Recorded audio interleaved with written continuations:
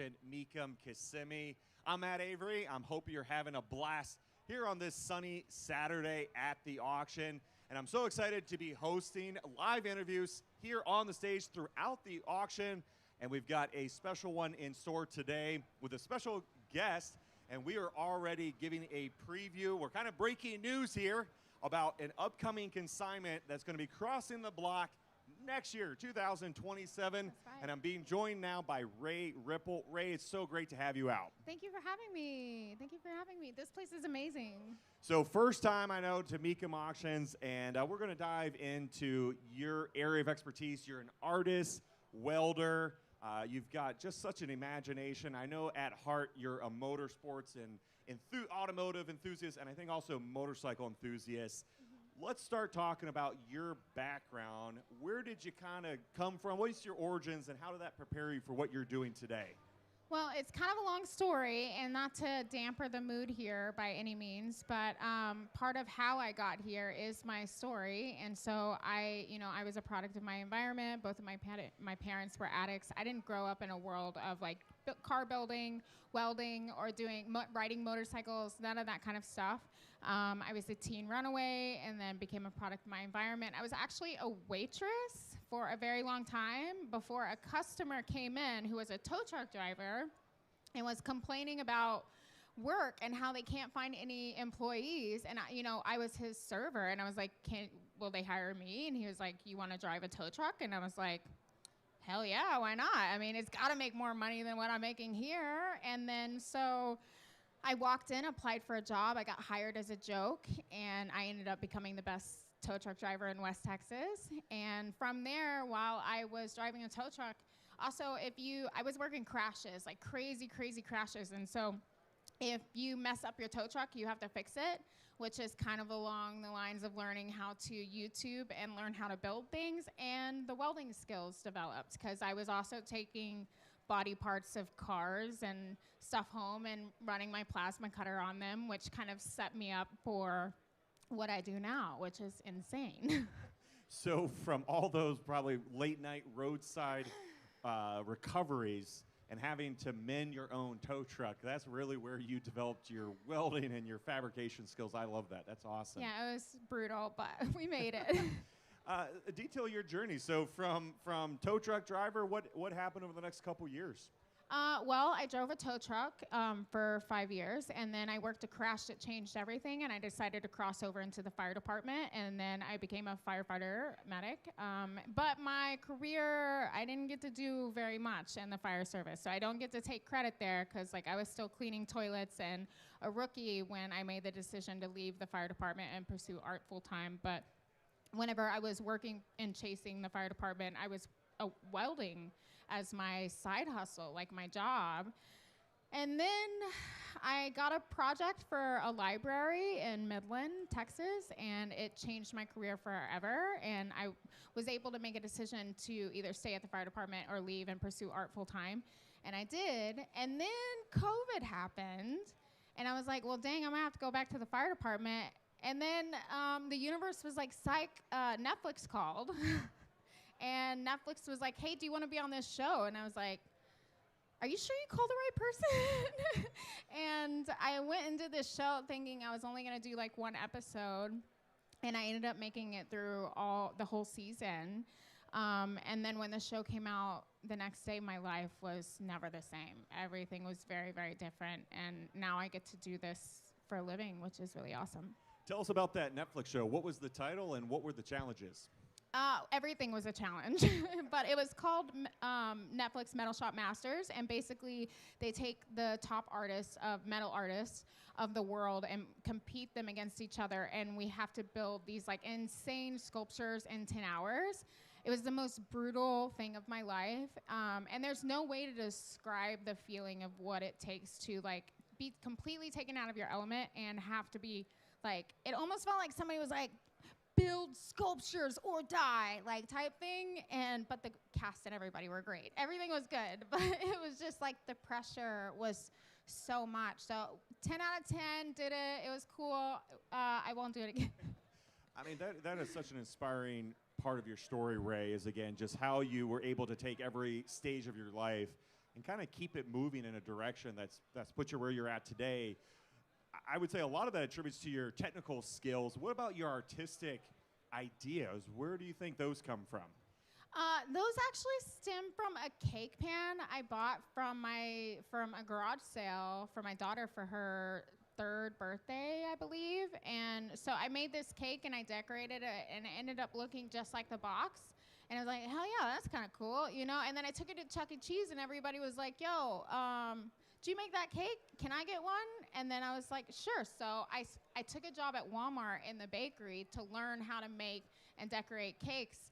And then I started hustling Walmart, and they would like come in, and like people would be like, hey, can I order a cake? And I'd be like, yeah, I could do it better, you know? And so I started making cakes, which is kind of where the plasma cutting, it's like a piping on a cake, you know?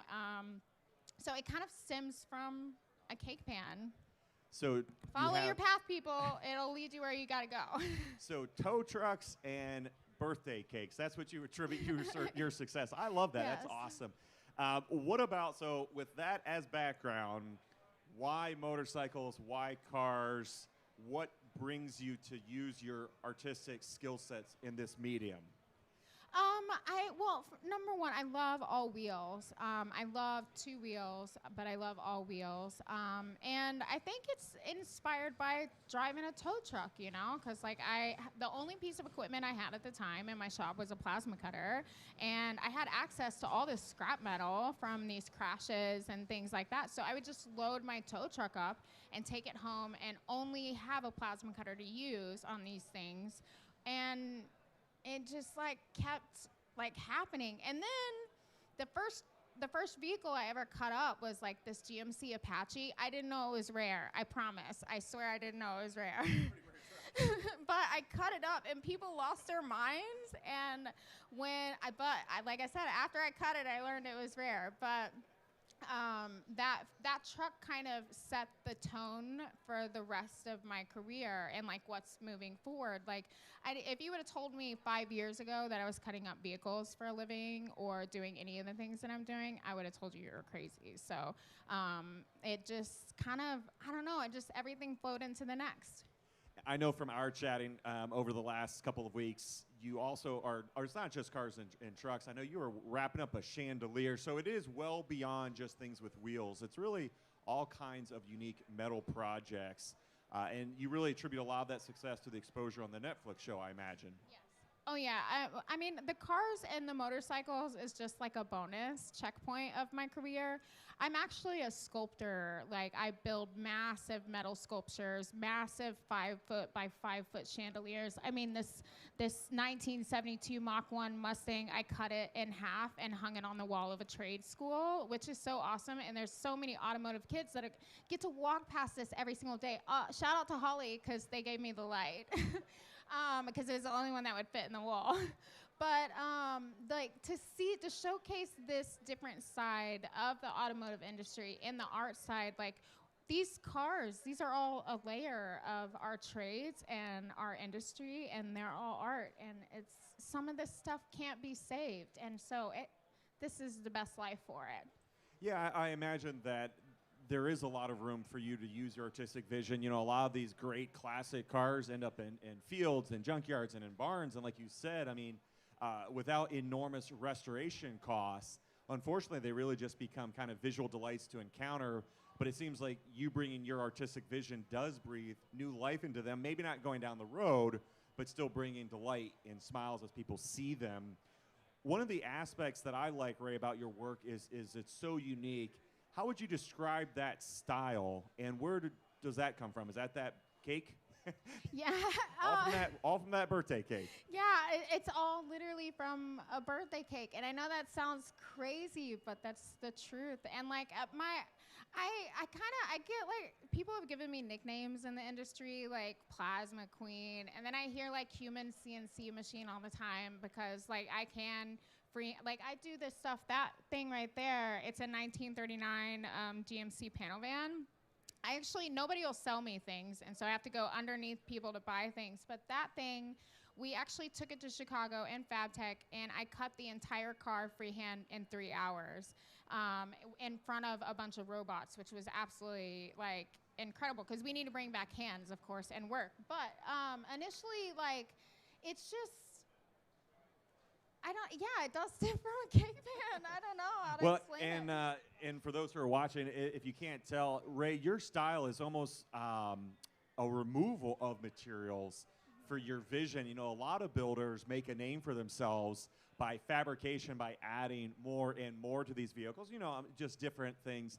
I like that you retain the spirit, the nature of these vehicles, but your artwork is shown in the panels. I think that's such a fantastic aspect. Thank you. Yeah, like I said, some of these are, now that one was pretty cool. It could have been restored, but it was mine. So, but some of these are so far gone, and underneath, believe it or not, like some of them you would think are really nice, and then you get underneath that paint, and there is a lot of Bondo underneath there. So to me, like taking something that has that already in it, that life and the story already in the car, and then giving it a whole new life. Now it can live, you know, forever on the wall of a college, or forever in your business. Or some people make these run and drive. You know, I've got one, it's a Style Master that I did for a client, and they made it run and drive. It's bagged and has beautiful leather interior, and they show it all over the world, which is really awesome. But like, it's just, I don't know. It's just it's just there. Well, I think it's great. Thank you. Let's talk about the patterns. In terms of, it looks like you rely on a lot of floral inspiration. Is that true, or is there any other kind of overall aesthetic that you'd like to incorporate with these builds? Well, I love lace and the way that lace looks, but also I'm a lady and I love flowers. And so, and ironically, my middle name is Monet, and so Monet painted flowers and said I must have flowers always, always. And so I kind of live my life by that motto, his quote. But I do other things, and my patterns are actually inspired by music and the patterns of music. And so, like, there's some, like, for instance, the Impala, I'm very inspired by Tupac right now, and like the old school culture of rap music. And so it'll probably, like, it's not going to be cut like that, but the patterns and the beats and the music kind of lay out the patterns and how I lay out the pattern on the car. And I got like this projector screen that like projects it on the car. So I never really draw anything on. It's just like a projector. I start at one end with the music, and then before I know it, I'm done with the car. When you approach a vehicle like the panel van here, how many hours go into a build like this? Well, this one in particular, I actually broke my record. I cut this whole car in 2 hours and 54 minutes and 22 seconds, which was like a record for me. And another one, I have cut another one in like under or 3 hours, or maybe a little bit over 3 hours. But on the ones that people pay me for, yeah, not everything's a Netflix challenge, yes, right? You can take your time, I think. Yeah, so the ones that, you know, clients come to me for a specific design or detail, I take my time. I cut one panel at a time, and I don't take the panels off the car. Everything is cut on the car because as heat makes things expand and they cool weird, and it would become all misshaped. So I cut everything on the car, so when it cools, it stays in the shape that its original shape. But everything catches on fire, so you have to be very, very careful about that because it Good does. thing you have some firefighter training, right? Yeah, that always helps. Perfect. It always helps because it does. Like there was one car I cut, and it was like so rusted that the door wouldn't open, but there was like a crack in the window, and so I just flooded the car with the water hose because there was still interior, but it was like eaten and like cotton and the grossness, you know, and I like flooded it, turned the water off, went inside, had lunch, came back in, and there was like smoke coming out of it. I was like, oh, well, back to flooding it. I just like that you're equipped. You're accurately equipped for what you're doing. And so now we can kind of talk about your new project, because you've got a big one for 2026. We're making the announcement here at Mecum Kissimmee that this is happening, this is underway. Detail, what is this vehicle and how did it come into your possession? So, well, the vehicle is a 1964. People recognize it from Derek's Bicycle Garage YouTube channel as the bare metal Bel Air. And so Derek and I became friends you know, just in this industry. Like, for some reason, Motor Trend was like, hey, do you want to stunt? I also stunt ride motorcycles. Well, not anymore. I kind of taken a step back, but at the time, I was hardcore stunt riding motorcycles still. And Motor Trend was like, hey, do you want to stunt ride your bike down Roadkill Nights Dragway for the influencer race? And I was like, hell yeah, sure. And if you watch the video, it's cool because I did a burnout, and then I got stuck because my feet stuck to the track, and I couldn't move, and readjust myself. So it's kind of a funny video to watch. But we met there. He had the Chevelle, the Freedom Chevelle there, and I'd been watching his YouTube channel, and then all these people were there, and my friend Emily introduced us, and so we became friends, of course, over the years. And then this last year, he was like, hey, do you want to come race Pontiac vibes with us in Utah? And I was like, Derek, I am not a race car driver. And he was like, so? And he was like, that's going to make it even better. And so I said yes, and I went. And when I went, I was telling him about this idea I had. I visit schools all over the country. I talk to kids in the trades, try to get more women into the trades. I do a lot of work there, and I was telling him about this idea of building a foundation to help women and children that are in these difficult and like limiting circumstances, or, you know, breaking the cycle, come out of these situations. Maybe it's relocation, maybe it's counseling, maybe it's this. And I was going on and on and on. I'm a yapper, you know that. And so you already know I was yapping. And he was like, I got the perfect car. And I was like, well, I asked to buy one. I asked to buy a car from him. And then he just gifted it to me. And he said, you go get it. And so I said, okay. And I hit the ground running, and now here we are. That's fantastic. And so you've got the car. So Derek has rescued it from its field location, wherever he found it.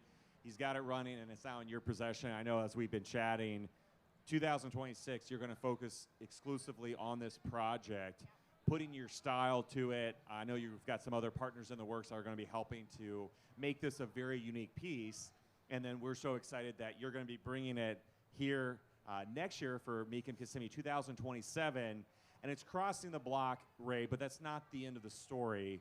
It's actually serving as the foundation for something else new that you're doing. Tell me about that. So over the next year that I build this car, I'm also going to spend the next year building my foundation, which is the Rae Ripple Foundation. And like I said, it's made and exists for people trying to break the cycle and get out of these dangerous and limiting environments and be better for themselves, get into the trades, create a foundation for their life so they're set up for success, and, you know, help break the cycle for their kids and their future families, you know, because sometimes getting out is the first step, but then as soon as you get out, you know, there's other things that happen in life that can kick you back down. And my life has been a very exhibit A, you know, and finding the trades and driving a tow truck truly saved my life. And I believe that if we introduce the trades more in this scenario or in this case, and provide a stable environment for an income to come in, I believe that, you know, we could have more successful success stories here. And so that's what the Rae Ripple Foundation is going to be. I would love for it to initially be like an underground network of like resources for mental health, resources for relocation. So if you're a domestic violence victim and you can't get out, we come and we get you out with your things. We relocate you. And we put you in an environment to heal, get you services, counseling for you and your children, and put you in a trade school or get you a trades job to set a good foundation for your life, so that way you don't need nobody, honey. You can go take care of yourself and your family, and that's what it's for. Such a fantastic vision, and I'm so excited, Rae, and we're excited to kind of document this story. I know we have plans after the auction ends. I'm going to be bringing a crew down, and we're going to be seeing this Bel Air and kind of seeing how you do things, and then checking in on you throughout the course of the year. I know there's a lot happening, and I'm sure you've got a lot of ideas in your head, but can you kind of maybe tell us a little bit of the vision for this Bel Air? What's it going to maybe look like when we see it here next year? Oh, Man, this thing is gonna be so killer. Like, I love lowriders, and so of course it's gonna be lowered. It's gonna have beautiful rims. But imagine some of these Impalas that you've seen out here that are like just restored back to period correct. I actually purchased all the manuals and all the cover stuff from that gentleman down there that's got like a nice collection of all these original wiring diagrams and stuff. So I purchased everything and some like original like catalogs because I want to make it go back. Like, could you imagine that with the lace body? Like, it could be insane. But the theme, the vibe is a cathedral. I want you to think Holy Grail.